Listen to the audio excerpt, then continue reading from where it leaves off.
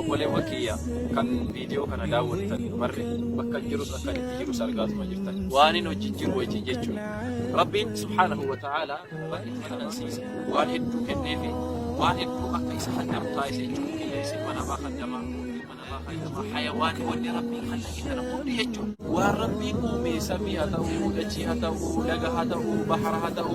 أكسم مغار هتاو ودي ربي قومي كل يجون لكن ليس صالح هتاو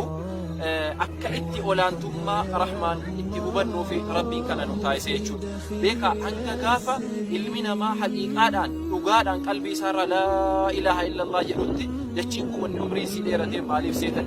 gaafa namni tokkicha rabbii qabatee dhugaadhaan gabbaru gaafa jirre samiin kunis hin jiru dachiin kun hin jiru wanni amma ilma namaa kadhamu hin jiru jechuudha. لأن الله سبحانه وتعالى ربي كين يولتي كانت وديني كان هندن وتايسي في أكايسا سودانوف أكايسا قبروف كنافي نتي أكا هم ننقبني أكا دنديتين قبني أكا ملن قبني أكا بيكم سن قبني أكا وان كمو يجو دنديتين بيكم سربيتين على قوشو إن دنديني ربيني وان أومي كان كيستين وباچي سيجو كناف أما فكين يمنمي دوكو يو هجتس يو قوتس يو هرسيسس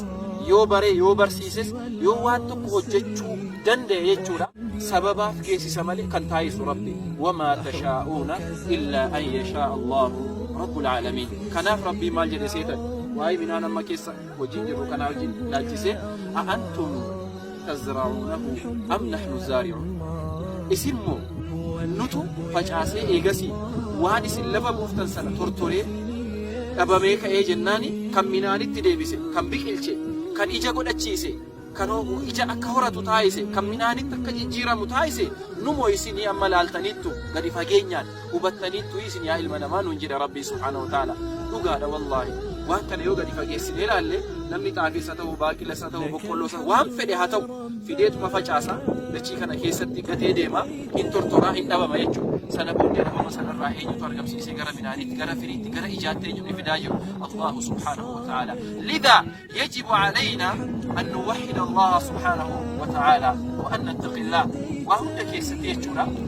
yeroo gammachuu keenya yeroo qananii keenya yeroo raasu yeroo rifaatu yeroo arganna yeroo dhabiisa rabbii keenya sodaachuun waan rabbii uume kana keessatti tafakkura gochuun mee rabbiin akkamitti waan kana barsiise waan tortoree lafa keessatti dhabamsiise ol kaasee akkanatti faayee bareechee yeroo faca'us yeroo biqilus yeroo muramus yeroo namni gara nyaataatti waan kana hunda jechuudha piroosesii kana gochuudhaaf rabbiin nu dandeessise dandeettiin isarraa ta'uu beeknee rabbii keenya keenyaaf dachii kana jiraachisaa jiraachuu isaa fi dachii barre ilma namaa kana kaddamee nuti akka rabbii sodaannuuf ta'u beekuun barbaachisaa wanni harka keenya hojjetu hundisaa dandeettii rabbiitiin ta'uu dagachuu hin qabnu nama yeroo hunda sodaa isaa olaantummaa isaa yaadatee beekee isa tokkicha obsuuf isa sodaatu rabbiin nu haa taayisu hanga sagantaa biraatiin walitti deebinutti wassalaamu alaikum warahmatullahi wabarakatuh